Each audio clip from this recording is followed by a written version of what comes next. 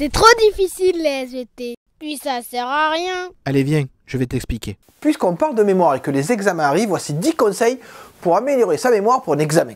Premier conseil, même si ça paraît bizarre, pensez aux vertus de la sieste.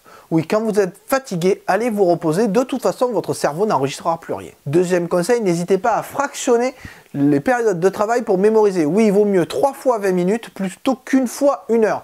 Ça fait le même temps de travail, mais répéter, c'est aussi une des clés du travail pour mémoriser. Et du coup, on passe logiquement au troisième conseil, pensez à répéter, répéter, répéter. Oui, mémoriser, c'est répéter les choses. On n'est pas obligé de répéter toujours de la même façon, mais il faut répéter de façon différente si on peut, et à différents moments pour bien ancrer la mémoire. Quatrième conseil, être actif plutôt que passif.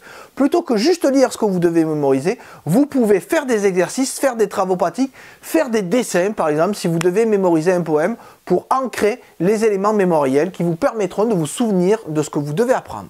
Cinquième conseil, la métacognition, être conscient de ce que vous savez déjà et ne pas vous mentir à vous-même sur ce que vous ne savez pas. Sixième conseil, augmenter la richesse de l'encodage, c'est-à-dire n'hésitez pas à mêler des émotions, différents sens, de la mémoire olfactive, de la mémoire auditive, de la vision pour mémoriser le plus de choses possible. Il faut savoir que chaque sens a une zone précise dans le cerveau. Si vous le mémorisez avec 5 sens différents, ça vous fait 5 zones de stockage. Il y a plus de chances que vous retrouviez ce que vous avez mémorisé. De même, septième conseil, vous savez déjà des choses, essayez d'associer ce que vous apprenez à ce que vous savez déjà. En science, c'est très efficace. Si vous connaissez déjà les caractères héréditaires, ce sera facile de les associer avec l'ADN. De même, huitième conseil, vous pouvez utiliser des représentations que vous avez déjà en mémoire. Vous connaissez le système digestif ? Très bien, ça ne sera pas très difficile de rajouter le système circulatoire par-dessus. Donc vous voyez, vous connaissez déjà quelque chose et vous ajoutez des informations petit à petit sur ce que vous maîtrisez déjà. Neuvième conseil, utilisez des représentations variées. Oui, un texte, on peut le mémoriser, mais on peut aussi faire des schémas, des cartes mentales, des frises, des figures. C'est un travail que vous avez appris à l'école. Ne vous étonnez pas, c'est pas fait pour rien.